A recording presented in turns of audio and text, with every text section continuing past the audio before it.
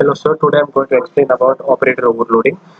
Starting off with the operator overloading, I'm going to initialize a class named time and then initialize three variables h, m and s, where h is represented as hours, m is represented as minutes and s is represented as seconds. For the friendly variable handling, I've used h, m and s. So I'm initially starting off, I've declared a constructor with initializing the values x, y, and z.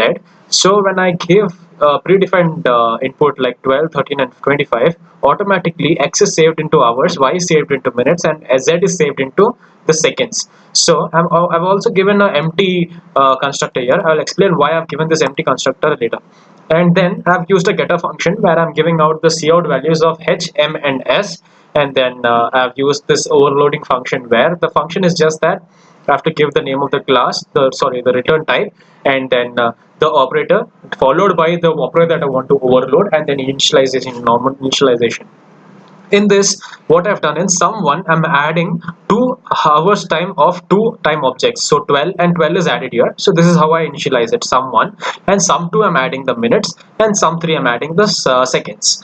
So I have a condition here. If sum3 is greater than or equal to 60, I have to increment the value of 2, because after 60 the minutes is incremented. So but I cannot give the value of seconds that is greater than 60. So what I'm going to do is, in sum3 is revised value of sum3 will be sum3 minus 60. That is the left out amount of seconds after 60. So if it is for example it is 75, then after 60 the value will be incremented in minutes, but the left out seconds will be 15. So this function will help me to get the left out time.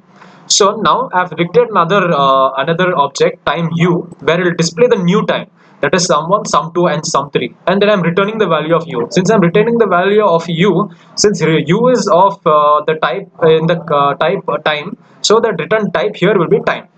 And then coming into the main function, I've declared predefined functions here, objects here, s1, 12, 13, and 25, s2, 12, 25, and 60, and then get time for this too. And the new time here will be sum of two objects, that is s1 and s2, that is sum of time and this time together. So again, to get this time out, I've used again u dot get this particular time. So running this program, I'll get the following output.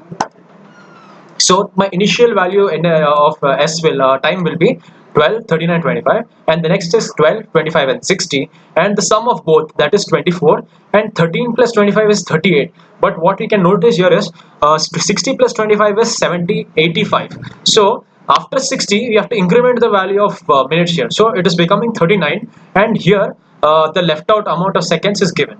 So for example, if it is 85, that the left out amount of seconds will be 25. So the next after incrementing the minutes value, the next left out will be 25. Thus the program is executed.